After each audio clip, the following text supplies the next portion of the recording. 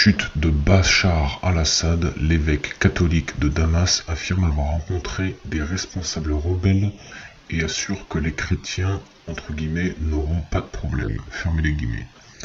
Ouais, j'attends de voir. Alors c'est un article qui vient de France TV Info.fr. Moi là, instinctivement, il me semble que les responsables rebelles, ce sont des islamistes. Il me semble avoir entendu la news aux infos à la télé il y a quelques jours. Et spoiler alerte, quand il y a des islamistes qui dirigent un pays, ça se passe rarement bien pour les religions autres qu'islamistes. Bon, les juifs, évidemment, ça se passe très mal. Il suffit de voir en ce moment tous les appels de violence qu'il y a à l'encontre des juifs, mais les chrétiens aussi. En fait, voilà. En fait, tout ce qui n'est pas islamiste, ça se passe très mal dans les pays qui sont dirigés par un islamisme fort. Voilà, tout simplement. Par exemple, il y a le dhimmi. Alors, en fait, donc les non-musulmans dans des pays musulmans sont des dhimmis et ils doivent payer une taxe. Donc, le mot dhimmi est un terme historique du droit musulman qui désigne les sujets non musulmans d'un État sous gouvernance musulmane. Ces sujets ont à la fois un statut discriminatoire et protecteur qui leur impose principalement de payer un impôt particulier appelé jizya, je ne sais pas si la prononciation est bonne, et une loyauté envers l'État musulman. Donc, ils vont vous payer un impôt parce que vous n'êtes pas musulman, et en plus de ça, vous devez la loyauté envers l'État musulman. Donc c'est vraiment particulier. Voilà. J'en profite pour dire que Wikipédia, d'habitude, j'y vais pas. Il y a 15 ans, j'y allais pas mal, mais maintenant c'est devenu un peu n'importe quoi. Enfin, vu que les articles peuvent être écrits par Monsieur Tout le Monde, ça peut très vite devenir un outil détourné, il peut servir pour une propagande en particulier. Et mais de toute façon, même les articles scientifiques, maintenant, honnêtement, tous les articles, même scientifiques, revues, je sais pas quoi et tout, c'est toujours à prendre avec d'énormes pincettes, tout simplement. Alors, je vais lire l'article.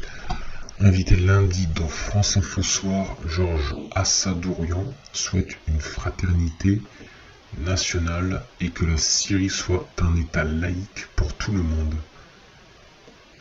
Ouais, mais sauf que non, parce que c'est des islamistes qui ont repris la Syrie et du coup la laïcité n'est pas possible. C'est un peu comme en France, hein. La France normalement c'est un État laïque, mais on voit bien qu'il y a certains problèmes qui se posent avec certaines religions. Donc je pense que Georges Assadourian, qui est un chrétien, on le voit ici, catholique du coup je suppose, je pense que Georges Assadourian, vraiment j'espère pour lui qu'il gardera la tête sur les épaules, physiquement, ainsi que métaphoriquement. Des rebelles agitent un drapeau islamique, donc voilà, c'est bien les islamistes, donc c'est Daesh, l'État islamique qui a récupéré, qui a reconquis la Syrie, donc je vois pas pourquoi il parle de rebelles. Enfin, moi, quand je pense à rebelles, je pense à des gars un peu paumés, tu sais, dans leur patelin, qui essaient de s'organiser un peu du mieux qu'ils peuvent pour faire une rébellion, quoi. Enfin, pour moi, en gros, il y a rébellion, au-dessus, il y a révolte, et encore au-dessus, il y a révolution. Donc, rebelle, ça fait un peu pitié, tu vois.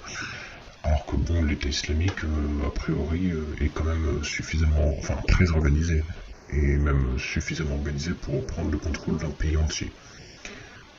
C'est ça que je cherchais tout à l'heure. J'arrive pas à voir le territoire, sous possession actuelle de Daesh. Daesh est acculé à la frontière syro-irakienne. Là encore c'est bizarre, ils disent Daesh est acculé, on dirait qu'ils sont en train de battre en retraite, etc. Après c'était en novembre 2017, c'était il y a 7 ans.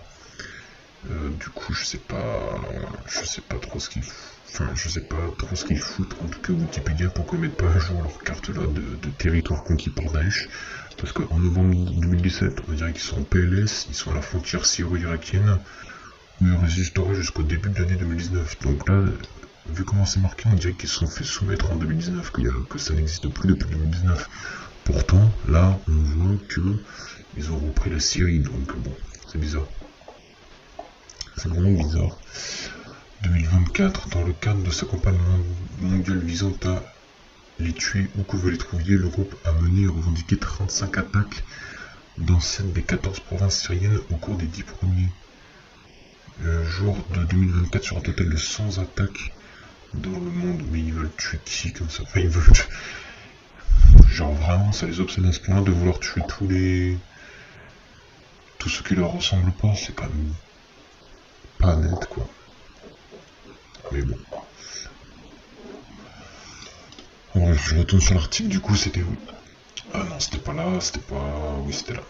Ce lundi matin, on s'est réunis avec des responsables du, entre guillemets, nouveau pouvoir, fermez les guillemets, disons, et les ambassadeurs étrangers d'Italie, de Grèce et d'Arabie Saoudite, explique lundi 9 décembre de France Info Soir, Georges Assadourian, évêque arménien, putain. Les Arméniens, c'est pareil, ils sont en guerre contre... ils ont subi tellement, ils ont pris tellement cher au cours du dernier siècle, là, les Arméniens. Ils sont en guerre avec l'Azerbaïdjan. Alors déjà de 1, je suis étonné qu'il reste des Arméniens. C'est malheureux à dire. Franchement, ça me fait de la peine. J'ai rencontré une Arménienne une fois. Très sympathique. Mais bref. Je suis étonné qu'il y ait des Arméniens encore en vie. Mais surtout, je suis étonné qu'il y ait des Arméniens en Syrie. J'allais dire, mais qu'est-ce qu'ils font en Syrie? J'imagine qu'ils ont fui la guerre avec l'Azerbaïdjan. Enfin, en tout cas... Le Georges Assadourian avait fui la guerre contre l'Azerbaïdjan. Si je ne m'abuse, l'Azerbaïdjan est un pays islamiste, donc le pauvre Georges va encore devoir fuir. Ouais, bon, il suffit de voir le drapeau, voilà. Et donc du coup, il a fui une fois une guerre contre un envahisseur islamiste, et là il est obligé de refuir, enfin, soit il va continuer d'être en Syrie, mais bon... À sa place, je le ferai pas quoi. Chassé par une offensive. Attends, du coup j'étais où? Évêque arménien catholique de Damas après la fuite de Bachar al-Assad, chassé par une offensive spectaculaire des rebelles islamistes en Syrie. Lors de cette rencontre, on nous a assuré que la relation entre eux et la famille chrétienne serait bonne. Ah ouais, ils sont sur beaucoup d'espoir là. Affirme Georges Assadourian qui affirme on n'aura pas de problème. Ouais. Pendant cet échange, l'évêque assure avoir parlé de la sécurité et de la sérénité des chrétiens. Georges Assadourian veut la paix, une fraternité nationale, une seule nation pour tout le monde, et il souhaite également que la Syrie soit laïque, un état laïque pour tout le monde. D'accord, mais c'est lui en fait qui veut la laïcité. Les islamistes, je pense qu'ils n'ont pas du tout. Voilà, c'est Georges Assadourian qui souhaite ça. J'ai un peu lu trop vite, je pensais que c'était les islamistes qui voulaient l'État laïque, pardon, mais ça va pas arriver, en spoiler alert. Désolé Georges, un État laïque pour tout le monde, on a demandé une union nationale, que les Syrie soit pour tout le monde, pour tous. Ouais. Georges Assadourian affirme par ailleurs qu'il n'y a pas de danger pour les chrétiens en ce moment et que la situation est calme actuellement. En revanche, concernant la journée du dimanche, l'évêque parle de chaos dans le pays, décrivant des vols. Ah merde, attendez, je tourne de ma chaise là, 2 secondes. Notamment dans les magasins. Nous, les chrétiens, on s'est réunis avec les jeunes pour protéger notre quartier qui s'appelle Baoutouna et qui est le quartier chrétien de Damas. Ça me rappelle une histoire. C'était aux États-Unis, je sais plus, c'était un peu après la guerre de Corée. Il y avait eu des émeutes parce qu'il y avait un Afro-Américain qui s'était fait tuer. Du coup, il y avait des émeutes gigantesques. Le pays était en feu. Et un peu comme en France il n'y a pas si longtemps avec Naël, je crois que c'était. Moi j'étais pas en France à ce moment-là, mais à chaque fois on me disait je suis désolé pour ce qui se passe dans ton pays. Et je me disais putain il se passe comme quoi. Et bon en fait voilà, la France était en train de cramer. Mais bref. Et du coup aux États-Unis il y avait des Coréens qui avaient fait la guerre du côté des Américains. Donc ultra déter, tu sais, en mode militaire et tout, qui avaient défendu leur magasin, ils étaient un contre, je sais pas, des centaines, et bah ils leur tiraient dessus, enfin bref, c'était devenu le Far West aux États-Unis, mais bon.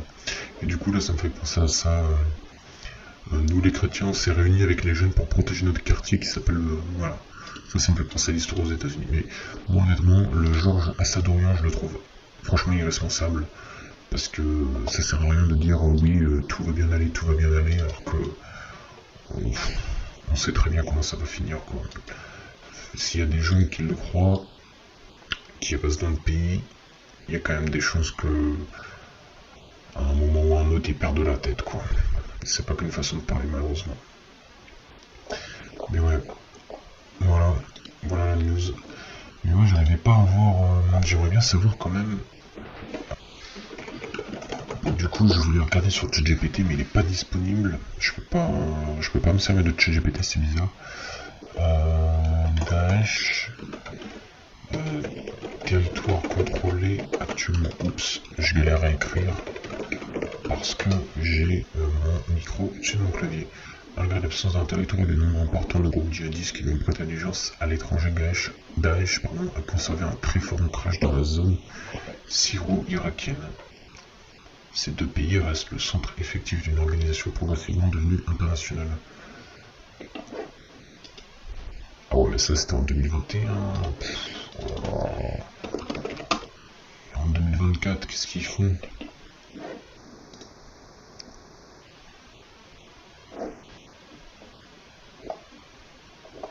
Là, ils parlent de 2014. 2014, on s'en fout, moi je vais actuellement. 2015, 2017, là c'est pareil, ils mettent recul en Irak, la fin du califat, le décès d'al-Baghdadi, le décès... Encore lui? Ah non, ça bug juste. Je pensais que c'était un deuxième qui s'appelait pareil. Mais en fait non, c'est juste la molette qui a bugué un petit peu. Mais c'est bizarre parce que là, en gros, il laisse supposer que depuis 2019, Daesh c'était fini. Pourtant, ils reprennent un autre territoire, officiellement, la Syrie. Et en plus de ça, bon, les attentats, comment dire, ne sont pas prêts de s'arrêter, on va dire ça comme ça, dans les pays autres que musulmans. Je ne trouve pas les pays actuellement contrôlés par Daesh. Si jamais vous tombez, si jamais vous avez l'info, bah, n'hésitez pas à me la donner.